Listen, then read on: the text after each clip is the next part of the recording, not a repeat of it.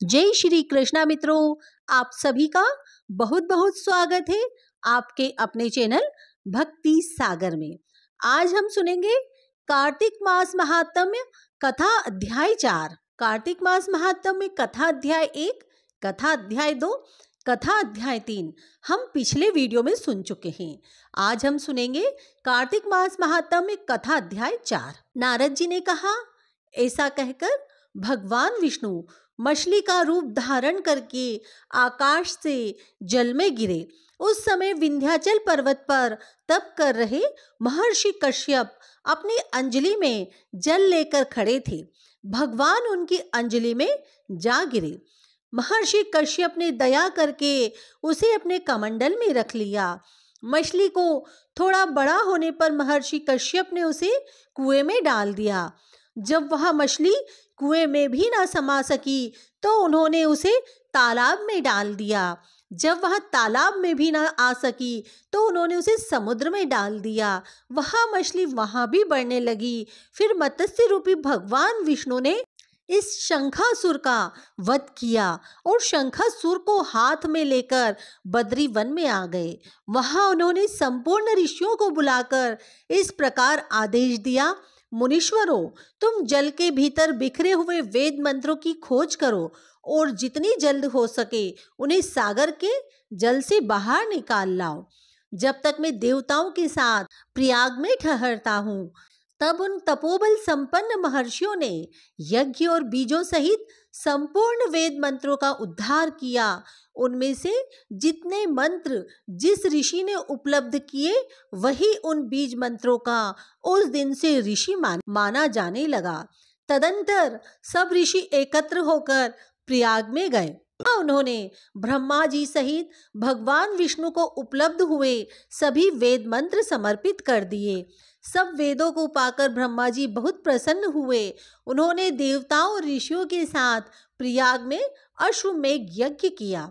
यज्ञ समाप्त होने पर सब देवताओं ने भगवान से निवेदन किया, हे देवादिदेव जगन्नाथ, इस स्थान पर ब्रह्मा जी ने खोए हुए वेदों को पुनः प्राप्त किया है और हमने भी यहाँ आपके प्रसाद से यज्ञ भाग पाए हैं।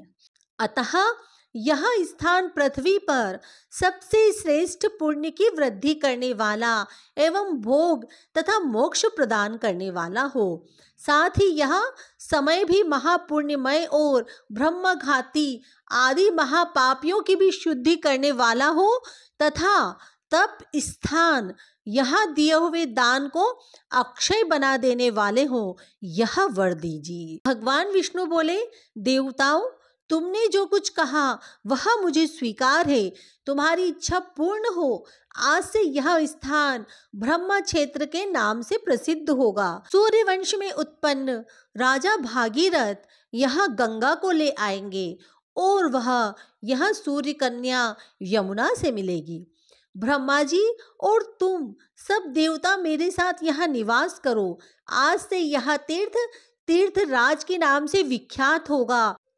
तीर्थराज के दर्शन से तत्काल सब पाप नष्ट हो जाएंगे। जब सूर्य मकर राशि में स्थित होंगे, उस समय यहाँ स्नान करने वाले मनुष्यों के सब पापों का यह तीर्थ नाश करेगा। यह काल भी मनुष्यों के लिए सदा महान पुण्य फल देने वाला होगा।